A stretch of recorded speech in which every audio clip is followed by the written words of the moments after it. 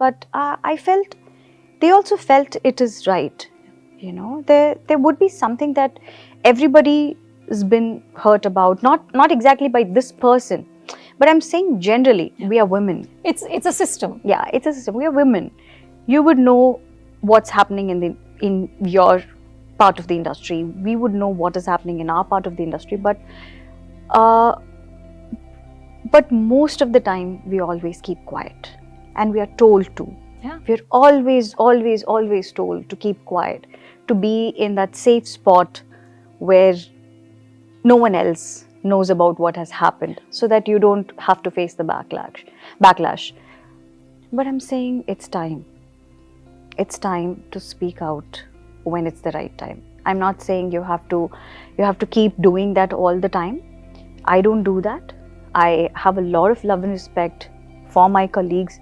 They have all been extremely good to me. Otherwise, I wouldn't have survived for so many years. You know, there's a lot of respect more than love. But sometimes this felt right. Yeah, but sometimes when it's just not fair, I think we should speak up. Yeah. Which is why you're called Lady Superstar. Oh my God, that's another controversy. I mean, the kind of backlash that I've had just for this title is unbelievable. And I don't know. I have to tell you this. For the past 5-6 years, I think I've been telling all my producers, all my directors, all the films that I'm doing, I literally beg them to not put that title card. Really. Why?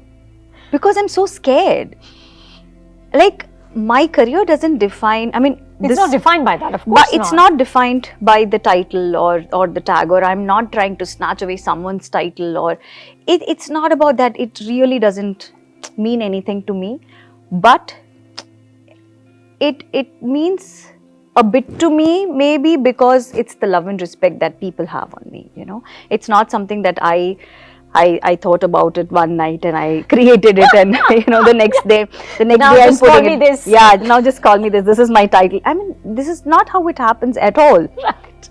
You know, we live in such a smart world. Yeah. You know, you can't fool the audience. You can't do anything on your own. It just has to happen.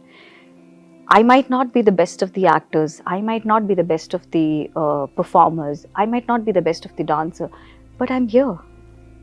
You know, it might be because of my hard work, maybe because there's something that people have liked in me or loved in me, you know. So I think all these titles and all these things really doesn't matter, but it's really unfair to, you know, put me in a spot every time people put that tag, and I'm like, oh my God, can you please not use that tag? Because, you know, I don't know, there's I always feel there is, especially men, women also.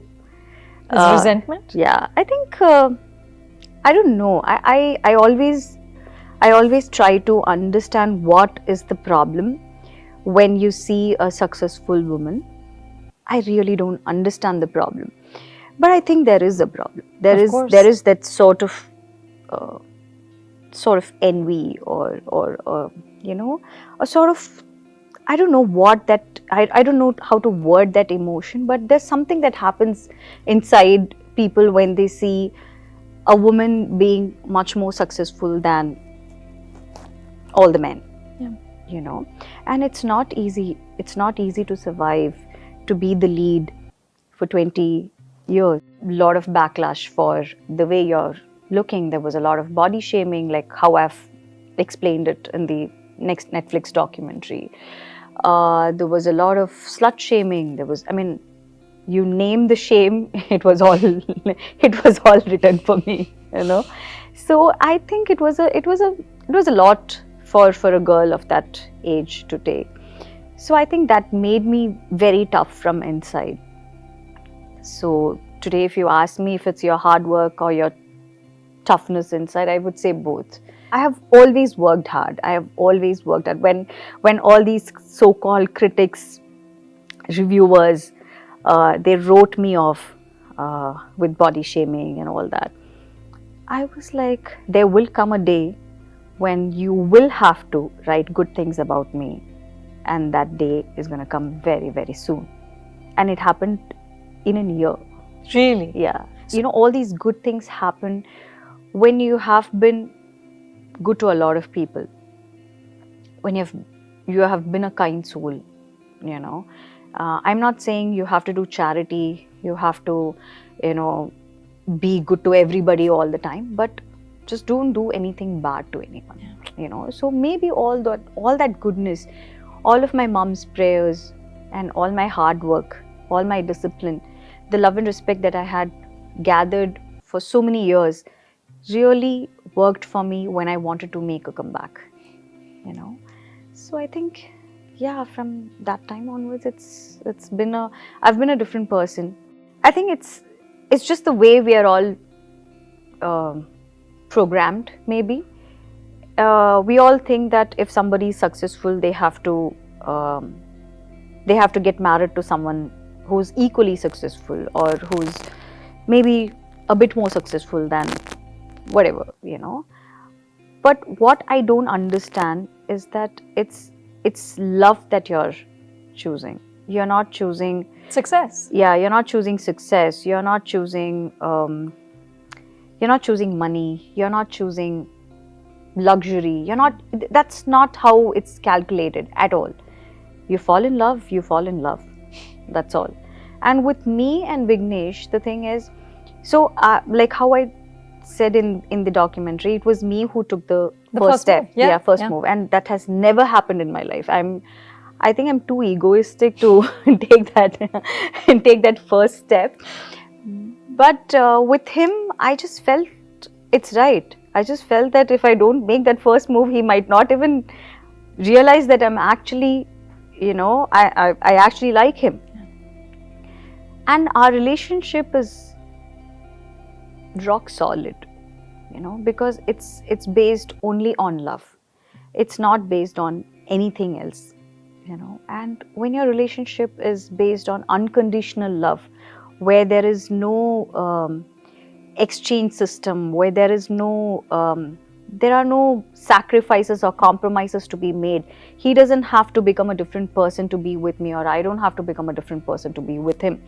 We are exactly the same, the better versions of ourselves when we are together. And that's exactly what anybody in love should feel like. Anybody who's married should feel like. That's the right way to be. That's the foundation. That's the foundation. Yeah. So, because of the hatred that people are just pouring on us, and for no reason, it's not because we have done something to someone, it's just that, arey, how this person and this person, arey, why? Yeah. You know, it's that. It's a very lazy thought, I would say. It's a very lazy thought. It has no meaning, it has no depth.